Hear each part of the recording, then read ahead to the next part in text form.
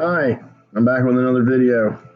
I'm here at the Flicker Street studio, chilling out to Blue Oyster Cult, their classic album of Fire of Unknown Origin. I highly recommend it.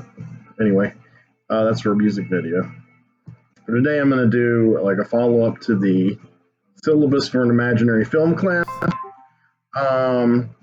which I did. Sorry, I'm getting a lot of notifications. I'll turn them all off. So if there's little glitches and beeps where you goes over my voice and you can't make out what I'm saying, once I hear one, I'll repeat immediately what I said, so you will get it. Hopefully, subtitle option will come on this one. Some of my videos it does, and some it doesn't. And then sometimes when I try to make it happen, I can't, and then other times it works. So leave me a note in the comments telling me how to do this. No, just kidding.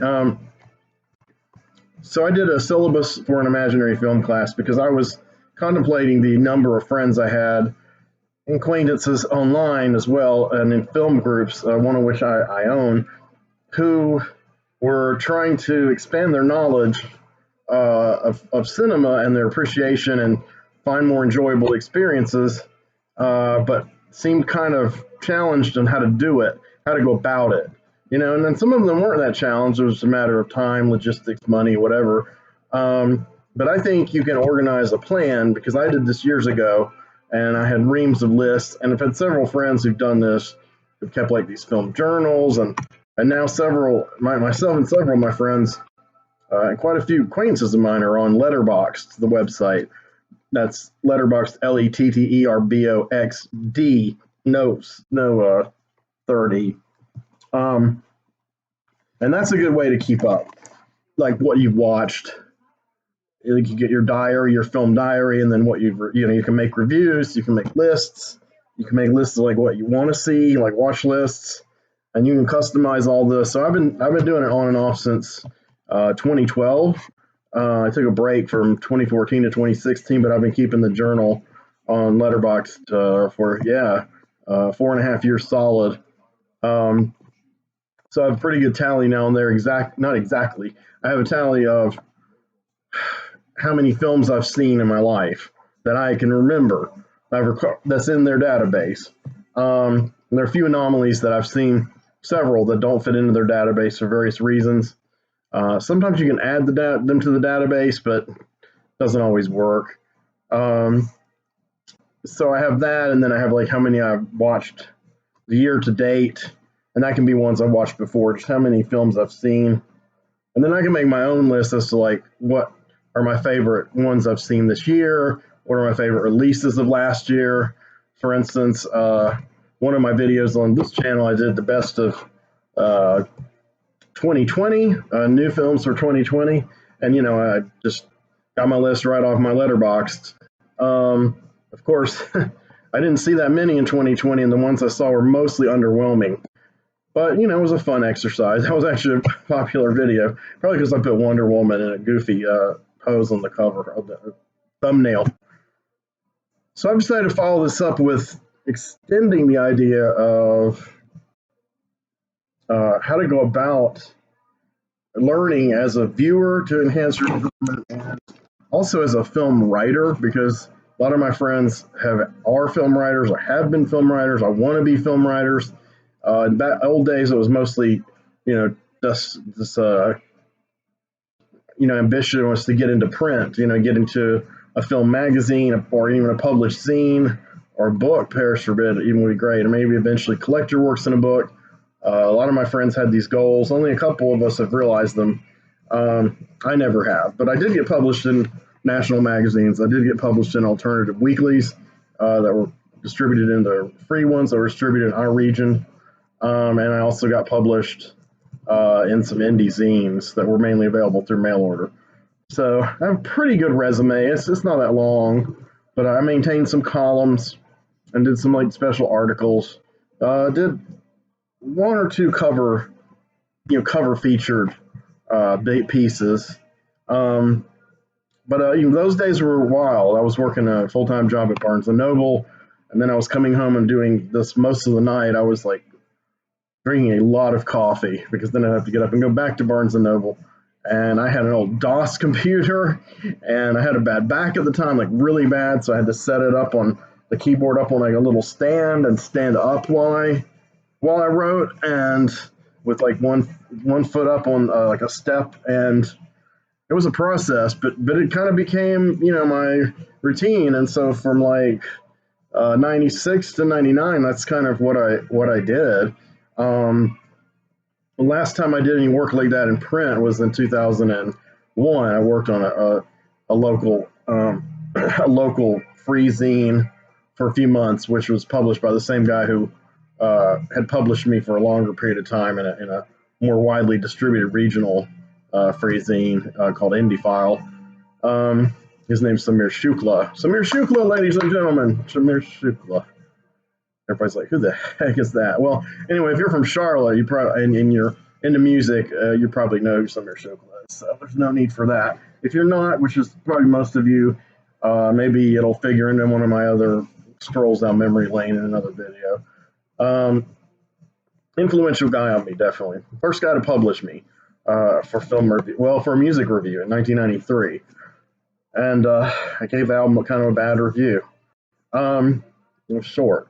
And then I got sidetracked. I signed under the name Zio, because my middle name is Zio, Henry Theo Covert. So, but then in 96, he gave me an opportunity to get back into it. And I wrote for that zine for 3 years. But, or paper, whatever you want to call it. So I'm basically doing this, yes, for people who want to write about film, people who just want to keep their own records, like on Letterboxd, and just if you're real anal retentive like I am, or just love making lists, just to kind of help yourself, maybe help your memory, like what have I seen, what have I not seen, so I won't waste my time seeing it again, because some of them really may have been a waste of time the first time, and you don't want to waste more precious hours. We don't have that many. So yeah, and also, yeah, if you're going to write about it, even writing about it online, because if you're in a film group or a film community, like any hobby, people are they're eager to interact, but they're also eager to debate and question the merit of your opinions. That's one thing I can't really do anything about. But one thing I can help you with is the accuracy of your facts. And then your facts inform your opinions. Like if someone says, you never saw King Kong, and you never saw King Kong, and you go, no, I haven't, but it's great. Well, that's totally subjective. So that guy wins on that one. Too bad it's come down to that on the internet. Everybody's got to try to win with their opinions. But if someone says, have you seen King Kong? And you said yes, and they say, I haven't, can you tell me about it? Or do you recommend it, and why? And these questions come up a lot in film groups I've belonged to, and sometimes in the film group I own. Most of the people in the film group I own are called around intermediate level of knowledge. Some are kind of newbies, relatively speaking, to it, but have very open minds. I've been asked recommendations a lot on that group. I think I'm above intermediate, just because I've been doing this so long, and I've had stuff published and had online groups, and I've never actually worked behind the camera, in front of the camera on an actual film.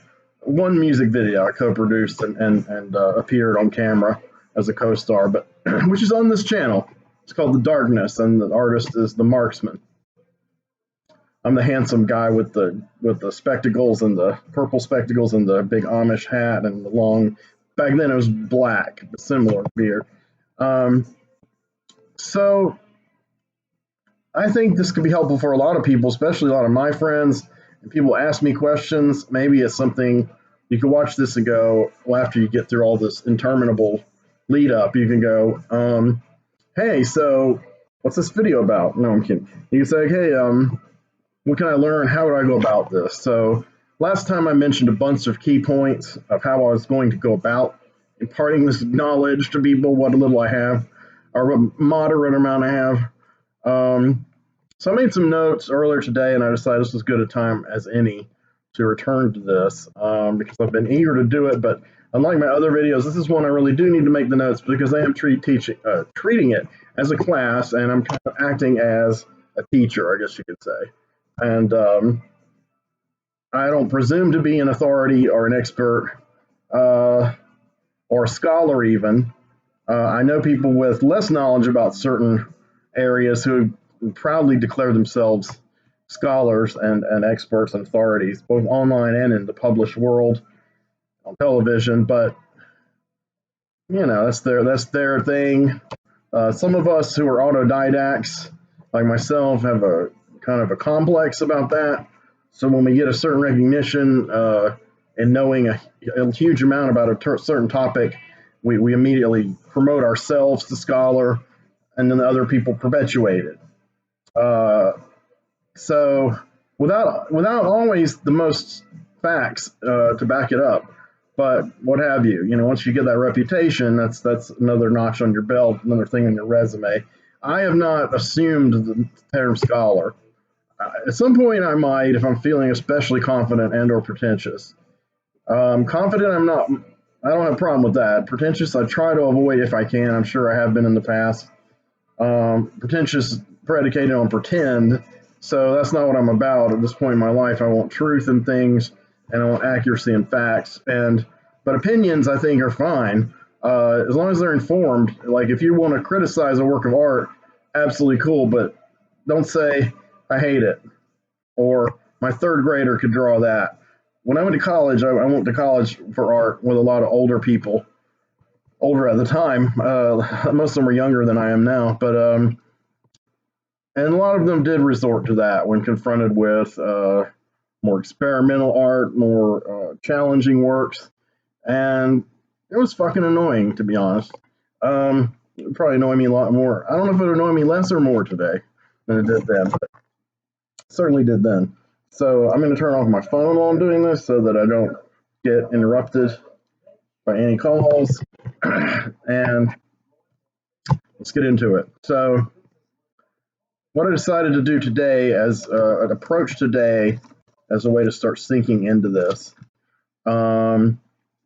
is let me see how I headed this. I made several pages in it. Exploring filmmakers.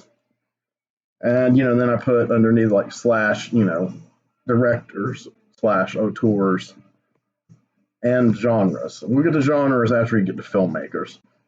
I wasn't sure I was going to include both of them today, but I think I can pull it off. Might be a long video. I'm going to try to keep it to an hour or less. So exploring filmmakers. So this is more of an exercise, almost like I'm assigning you homework. You're totally free not to do it. You can say, fuck that guy, I'm not going to do it. I hate homework. But then, you won't get what you out of it, what, you were trying to get out of the video to begin with. So it's real simple. I try to lay it out real simple. So I'd like to read most of the notes and then just embellish. So if I approach somebody like this, a student of cinema, an avid cinephile, a growing cinephile, an intermediate level cinephile, and I mean no disrespect when I say intermediate. I mean I was intermediate on most things most of my life. I'm old and I'm fact obsessed now, so I've gotten above intermediate a lot of things, but it take a long time, a lot of money, and et cetera, ignoring other things that are probably more important in my life. So, exploring filmmakers. Think of a filmmaker that you're interested in exploring. Like you've heard about this guy or gal, and or you've seen one or two of their movies, which doesn't make you an expert unless those are the only movies they've ever made, in which definitely you're pretty knowledgeable. But it's just daunting, especially people who have very large oeuvre, French, for bodies of work. But think of one that, like I said, you've either heard about or read about and you're interested in, and or one who, and when I say and or, I'll tell you why in a minute. One that you, like I said, you've been exposed to and you like what you see, but you don't know where to go next.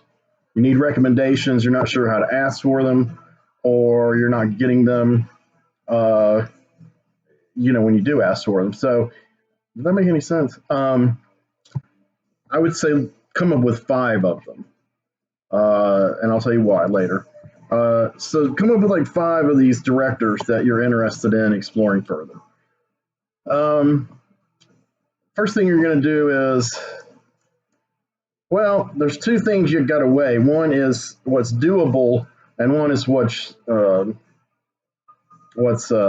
ideal. What's ideal is to find out, reading, talking to people, etc. And you can do plenty of this really quick on the internet. IMDb is fast, Wikipedia, uh, numerous other film sites where you can go. So, what are this director's most well-known works? What are his or her most famous works, most commercially successful, most critically successful, most seen by many to be the most creatively successful, like an important work, an influential work, influential on other artists, on trends, other genres. Um, so you get an idea of that, and that's your ideal, is to get that information and then move forward in your search.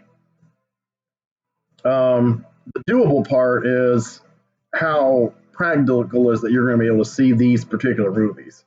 So, well, there's many venues for streaming, uh, free like YouTube. Of course, there's Netflix that you pay for. Um, there's a bunch of other streaming ones, but Prime has an enormous amount of movies that you can see for free, but you have to pay $100 a year to Amazon. So I have done it despite my reservations with Amazon's management, which is now shifting, but who knows what that'll change. Um, Prime is like an old mom and pop video store, except it's online. I mean, they don't always get the best prints of movies. You don't know where they came from. Sometimes they're dubbed. Sometimes they're the wrong aspect ratio. They're not a great representation of the movie as it was meant to be seen, but at least you're fucking seeing it.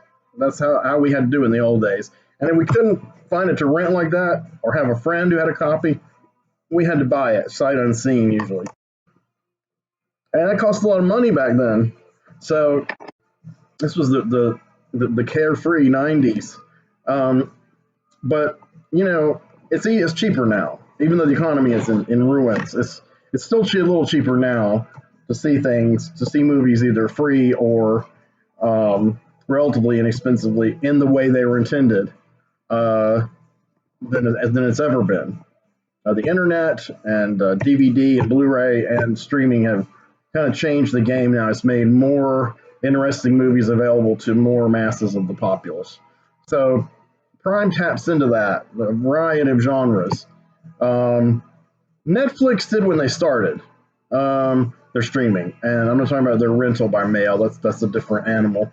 Um, but they gradually cut back to where they're not the place to go to see older cult movies or older foreign movies, or not many older movies unless they're like super blockbusters or they just happen to get some kind of contract to play it for a limited amount of time. I think people watch it. They're more developed as a studio, making their own originals. Now, in that sense, the movies that have come out of their own studio, Netflix originals, that I've seen have been pretty good, but I haven't seen an enormous amount of them. I can't say too many of the ones I've seen are like masterpieces. No, they have done some incredible television series and hosted some, no doubt. But that, to me, those are the things that they're better for than the kind of stuff we're talking about. But they can help. Like if you can't find something somewhere else, at least check Netflix. Chance they might have it. YouTube, everything depends on copyright notices. So people will upload all kinds, just about anything. And they have a ton of obscure things, but some things don't last. Some of the obscure and even the less obscure that they put out there, so our brethren here can see it for free, disappears quick because of some kind of copyright claim. And then you have YouTube giving you a warning that they might take down your channel. This has only happened to me one time on YouTube. Amazing, because I really haven't made it a habit to upload other people's material. I think I uploaded a couple of music videos. One got promptly yanked and I got a warning. In the early days of Facebook, I did the same thing. I uploaded several music videos, but one finally got snagged, and I was warned. This is the days before Facebook warned you for everything, like any possible thing you can be, put in Facebook jail for. It wasn't quite as fascist back then. it was just kind of paranoid about copyright infringement. That's still on YouTube. YouTube has also become censorship happy, but as far as like the kind of thing I'm talking about, it's really more that it's going to be, can it fly under their radar long enough for you to see it and or download it. If you see it and you've always wanted to see it, and it's hard to find, and you have the means, the software, then I suggest you download it. Now, of course, I'm not suggesting you make bootlegs or pirate copies. Don't sell them. Don't circulate them. Just download them. And then some people are like, but isn't downloading itself? Whatever. Anyway, so we got to use the resources we got. We got to work the system. It's against us. So we got to get what we can out of it. And it's especially true of artistic people and people who have insatiable curiosity for art and new experiences. And I'm kind of one of those. So pretty much covered all the ways you can see them. So that's what's doing, you got to go with what's doable. So then you can kind of narrow yourself and you're like, oh, this is on this, this on this, on that. And you can see them. If you don't intend to download them off YouTube, or you can't, or of course you can't, that I know of, download them from Prime or Netflix, then you're going to have to jump on them because those windows will close and you don't know when they'll close. Sometimes the more obscure movies will disappear. They'll tend to stay on longer, sometimes indefinitely, but you have no way of knowing that. They do release lists for Netflix and for YouTube, and there's ways you can, and not YouTube, Prime and Netflix, and you can research that and keep a list. But that's where focus comes in, and discipline is if you've got some of those movies that you really want to see and you put them on your watch list and you're like, yeah, I'm going to watch this, and then they stay there, and then you're getting ever closer to seeing it, but then it's kind of like the attention span thing, like, oh look, there's another movie that looks cool, and that movie could be some mainstream piece of shit that is probably going to be on there forever. So slow down, stay on track. If you're trying to fill out your David Lynch, the amount of the David Lynch movies you've seen, my brain was suffering for a term there. His canon, his oeuvre.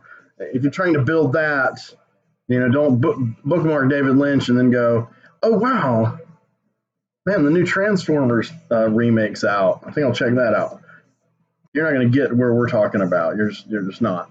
Or even in indie movies, like it's perfectly fine to see recent indie movies and cool indie movies, and they'll disappear too. But better chance your A24 movie is going to be there in 6 months than your 70s underground electronic film is, or your 60s Japanese. Anyway, you get the point. So here's what you do. Once you get these going, you've got your list of 5 directors. For the first one, you're doing all this. You kind of see where you can find what, where you can see what, and you should make a list. And then you just need to start going down it. I mean, you don't have to go down in any exact order. However, since now you've learned hopefully what are the notable ones, like the ones you've been recommended, the ones that are supposed to be their most famous, most successful, most popular, most interesting.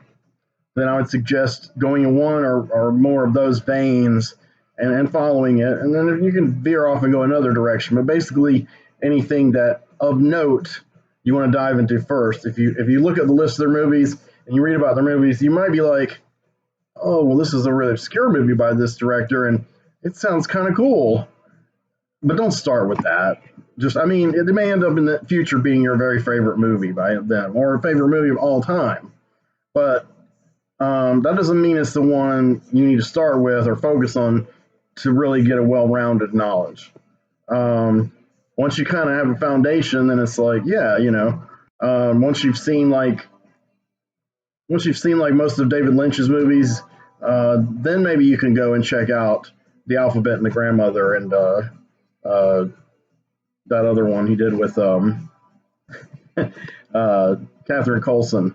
It was like 10 minutes long. The early short movies. I wouldn't try to go chronologically through these guys' oeuvre because a lot of times the early ones are harder to find and not as good, and sometimes they're a lot more interesting or as interesting. Now they're good for evolution, to chart the evolution of a filmmaker. But you really can't chart something if you don't have a piece of paper or you know, to write on. So you need to have a foundation. So like with David Cronenberg, you know, you should probably hit the highlights, you know, first, and then you can kind of work around the Crimes of the Future and Fast Company and stuff like that. But if you go in all guns blasting or barrels blazing, whatever that phrase is, um, just because something's obscure, don't make that mistake either. I used to, and a lot of times it pays off, but a lot of times it really doesn't, and you've just wasted a lot of time. You know, and because there's only amount of people, the people you probably are tempted to brag about, like, oh, I saw this obscure movie by so and so. Chances are they're gonna not know and not care to begin with, and or they've all seen it like 20 years before you. So there's really no point in trying to get a notch in your belt by having seen. Now, back in the 90s, when things were like the wild, wild west with this kind of stuff, we didn't know better, and this kind of thing happened all the time. You know, I did this all the time, and you know, I would happen upon things. The other times, I realized in the long run that they weren't as important as expanding my knowledge, and they weren't as enjoyable as works. I didn't respond to them as much automatically because they were obscure. I love seeing obscure movies. It's like extreme cinema. I'm a gore hound. I'm not a passionate extreme cinema buff. I have some friends who are, and plenty of acquaintances online. Um, However, I'll watch just about any extreme film that either sounds interesting to me and or has a buzz to it, just to see what it's like. Uh, some of which are really horrific, you know, and don't appeal to me. I can't say I've regretted watching some of them. I mean, maybe a couple, but generally, at least, you know, with those, you really don't need to watch a bottomless well. Like, I've got to go out and see every extreme movie. Now, there are people like that. They do what we're talking about today, but they only do it with extreme movies. But that's going to fall under exploring genres, which I'll get to later. Right now, we're talking about filmmakers. So it's like exploring artists. Like, I like Jack Kirby. I want to see every comic book his art's in. Or, you know, I like Jimi Hendrix. I want to hear every album he's playing on. I hope this all makes sense. You know, once you start identifying the artist, then you'll know what you're liking. You'll know who did it, who put the time into it, and the passion to create it, and then you'll be able to find other things like that you like. A lot of people kind of just go, "Yeah, I like that movie. It was good. Who directed it? I don't know. What's a director? You know, or damn, that album's cool." And then I say something geeky like, so and so played bass on that album. They're like, I don't care about that, and that's fine. That's their prerogative. But they're not autodidacts in the art about the arts. They're kind of just given what they're, you know, do what they're told, given what they're given to eat, to digest, and then they're satisfied with that. And that's most of the populace, or at least a large, you know, amount of the populace. Um, I'm kind of tapping into a growing, rising big chunk of the populace that was ignored before the internet, and it's only grown since the internet. But we kind of discovered each other on the internet, just how widespread the interest in some of this stuff is. Um, so that's the first part. So then continuing, once you've got all that in front of you, you know, when you start watching the movies, the actual watching of the movies, uh, these are some things you could keep in mind. You don't have to strictly do this. You don't have to make notes if you don't want to. But you know, this might help you. Look for common themes. As common themes occur, you know, in the artist's work, you know, you can kind of, oh, okay, you know, take mental note of these. Like Cronenberg, body horror. Okay, you know, recurring cast and crew members. I know crew is a little more inscrutable, but cast isn't too hard. But if you do notice crew, then more power to you. Your knowledge is growing. Like, who did the cinematography and what other movies has he done that just going to look this good? The soundtrack, that's one people like to focus on. Who did the music? That's one you'll remember. So once you get a few of these under your belt, you know, a significant amount of a person's body of work, then you can kind of start thinking, so is their body of work, is it, how even or uneven is it quality wise? Like, has this person made like 7 horrible movies and 2 masterpieces, or there's all kinds of variants on this. Everybody's gone through periods. Some people only have 1 masterpiece in them. Some have none, but it might be a masterpiece to you personally, and that's perfectly cool. Then you can recommend that to someone else who's doing this kind of thing. But in seeing it, you can kind of start the arc of their career take shape, and you can see the peak periods and then the declining periods. And of course, that's creatively. And you can also take note if you want. It's not as important to me personally, but commercially, how well they do, when do they start to kind of bomb, so to speak, their movies. But that's kind of relative because so many of these kind of movies have been rediscovered on home video that quite a lot of movies will find an audience with in some way, and given enough years. It just may take a few decades sometimes. And then, if you want to keep track of them, so you can kind of chart them, find out what order they came out in. So find out what year they were released, and you can order those. And just basically, I would say, I have some other notes. I may not. Let me see. I just want to make sure I was finishing that section. Okay. All right. So I would just say stay focused. Stay focused on what the key titles are, the touchstones of their careers. So that you find key things to find out right away. What was their very first work? What's their debut film? Or you can break that down into what's their first feature film. Their feature film debut would be the first film they made that was running about an hour or so length. I personally don't really consider anything under an hour a feature film. Some people consider some in like the 80 to 90-minute range. That's their deal, but the general consensus is at least an hour. So you're good there. And find out what's their most recent work. Because they may be putting out stuff now that has a buzz, but you're unaware of it. And people are like, you've seen the new Scorsese? And you're like, I didn't know he made a movie in years. And then you're like, oh my gosh, he's still making good movies. Now, he might not be a great example, because Irishman wasn't that long ago. And his next movie, he's an uneven director in my book. But we'll talk about him more when we get into like genres and things.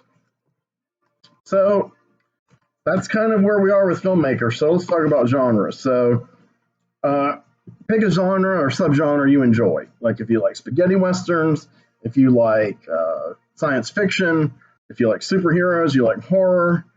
And then of course there's subgenres within those genres.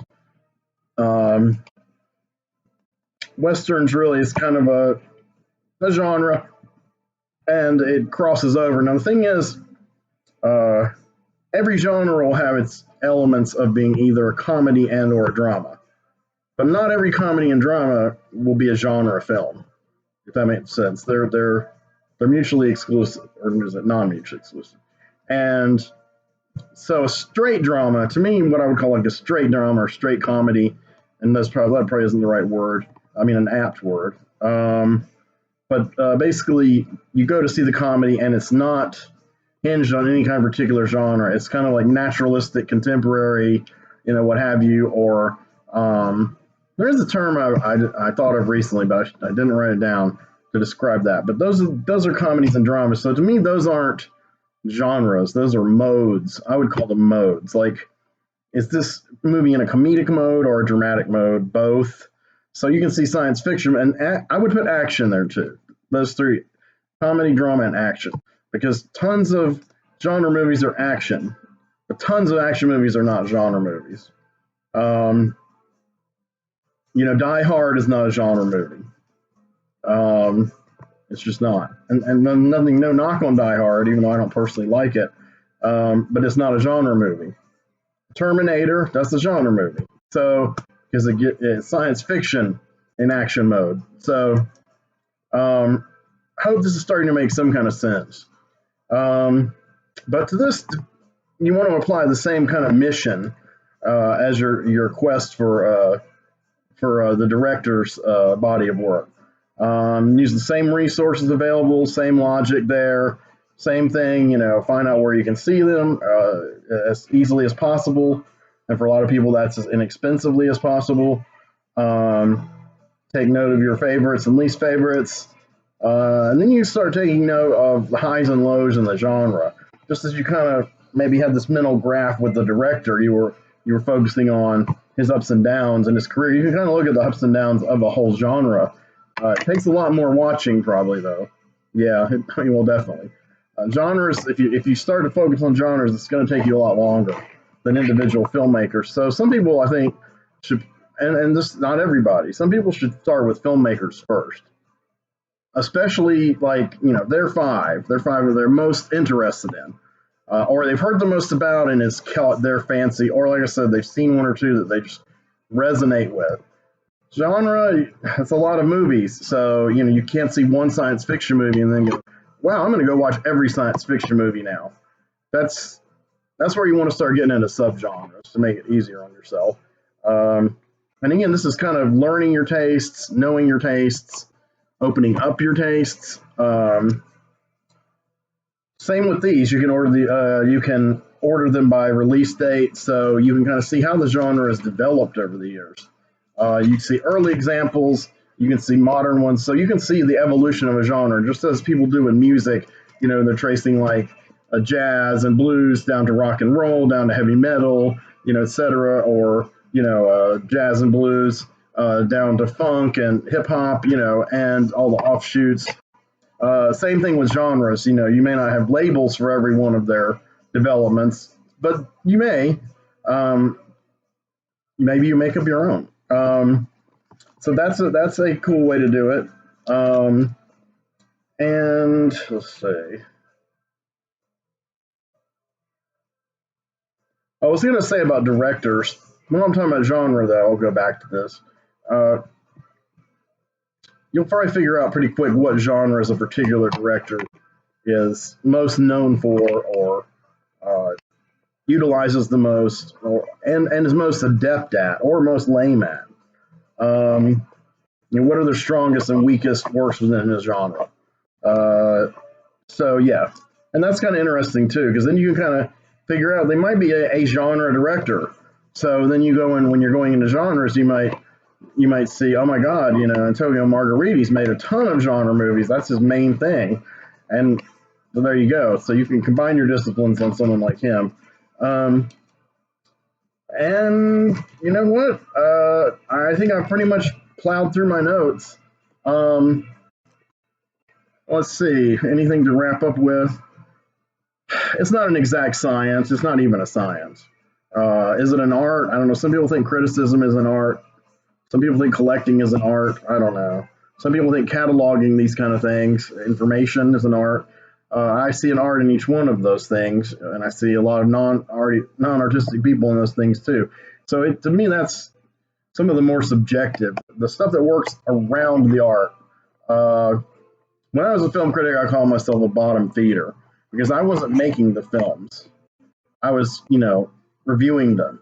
When I worked at a bookstore, I called myself a bottom feeder because I wasn't writing the books,